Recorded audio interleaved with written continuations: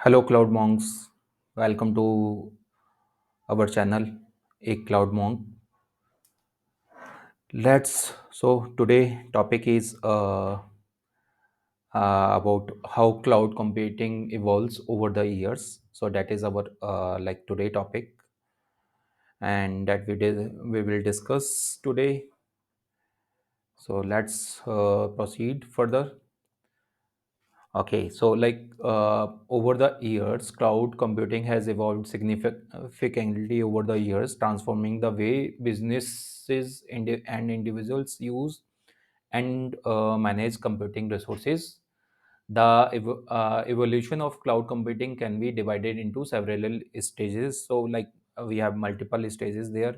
So let's check one by one what those are, right? So precursors to cloud computing, if we talk about when our computer evolves and how things was there in between 1950s and 1990s. So before the term cloud computing was coined, there was several precursors such as utility computing and time sharing system. These earlier system laid the foundation for the idea of sharing and renting computing resources, right?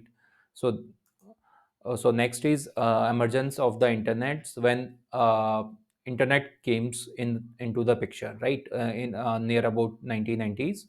So the widespread adoption of the internet created the necessary infrastructure for the cloud. Companies began to provide remote hosting services, but these were often limited to storage and basic applications, right?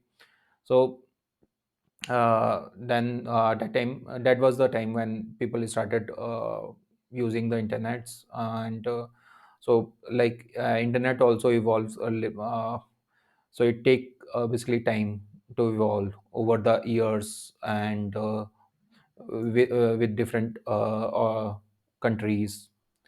So early cloud services, if we talk about early cloud services near about 2000 year. So in the early 2000, companies like Amazon Web Services, we all know that AWS, right? And Salesforce started offering more comprehensive cloud services. So AWS, which is called AWS, in particular, introduced infrastructure as a services, allowing user to rental virtual servers and storage. So storage was the first service provided by AWS team, where they started using internally first, and after that they started selling outsourced, right? So after that, virtual server came into the picture also. So explosion of SaaS. After that, basically, the concept came SaaS, software as a services. So we are providing software as a services. So like multi-tenancy concepts, and the customer basically can use our software and they can pay per use. So whatever they use, based on that, they can pay us.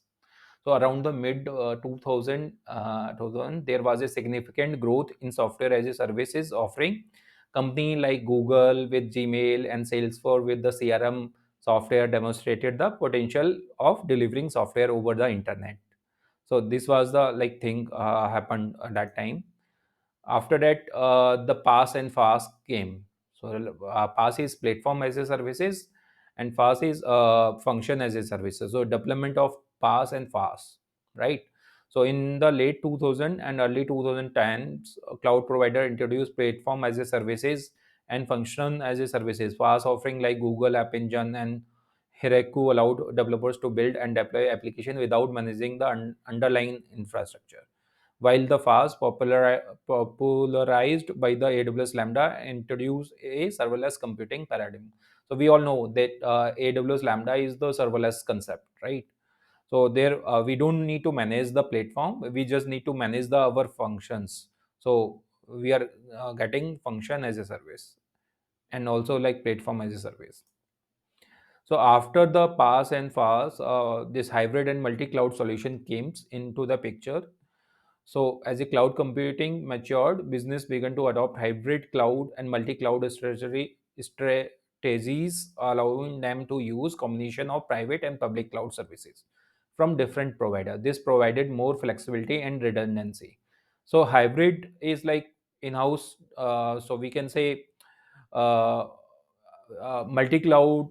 I think I also told in my past video. So multi-cloud, we have AWS, Azure, Google. Hybrid, in hybrid, we are talking about in-house cloud, and in premises cloud, and also we are talking about the public cloud. That is the hybrid cloud culture.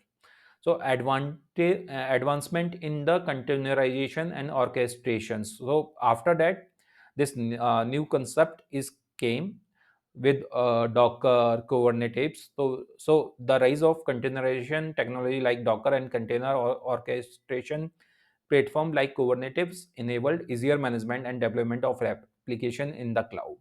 So this came into the picture. Then after that, edge computing came. So cloud computing extended its reach to the edge of networks, allowing data processing and computation to occur closer to the data source, which is critical for application like IoT and real-time processing.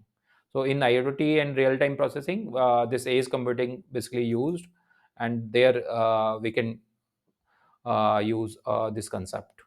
After that, nowadays, if we talk about AI and machine learning, is the most popular things in the cloud. So cloud provider started offering specialized AI and machine learning services, making it easier for businesses to leverage these technology without building their own infrastructure. So right now means there are a lot of AI tools and website where we can do like lot of things, right? So you can go through those things. And side by side, there is also one thing which is popular, is quantum computing. So cloud provider are now exploring quantum computing services, pushing the boundaries of what possible in terms of computational power and solving complex problem. So like whatever like most complex problems we can solve through quantum computing. So it's also evolving like year by year. So after that, nowadays, we are also increasing our focus on the security and compliance. So with the growth of cloud computing, there has been an increased emphasis on security, privacy, and compliance, leading to the development of the advanced security measures and certification. So you can say there are a lot of certifications, ISO certification, and many more, which company basically doing so that if any company is any with any certificate compliant, then definitely its credibility increases, right? So security and compliance is many organization following nowadays. So serverless and event-driven architecture, if we talk about, so serverless computing model gained popularity, allowing developers to focus solely on code and not worry about server management. Event-driven architecture become more prevalent, making application highly responsive and scalable. So with serverless, we can do like lot of things. We can make the more scalable and highly available applications. So serverless is like more popular thing as well these days. So sustainability and green cloud computing, if we talk about, cloud providers are investing in green technology and data centers efficiency to reduce their environment impact. So this is the like future demand. So we need green cloud computing so that we can use the technology wisely.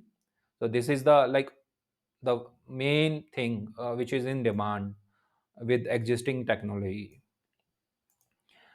So at last, I just want to say, cloud computing continues to evolve rapidly with ongoing advancement in technology and service offering. As the demand of businesses and the capability of technology continue to change, cloud computing will adapt to the meet new challenges and opportunities. So like in future, you can see a lot of new things, right?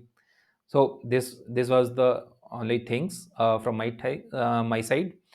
So let's like, subscribe my YouTube channel, and please share with your peer groups, so that I can spread my knowledge to them also. Thank you everyone. Thanks.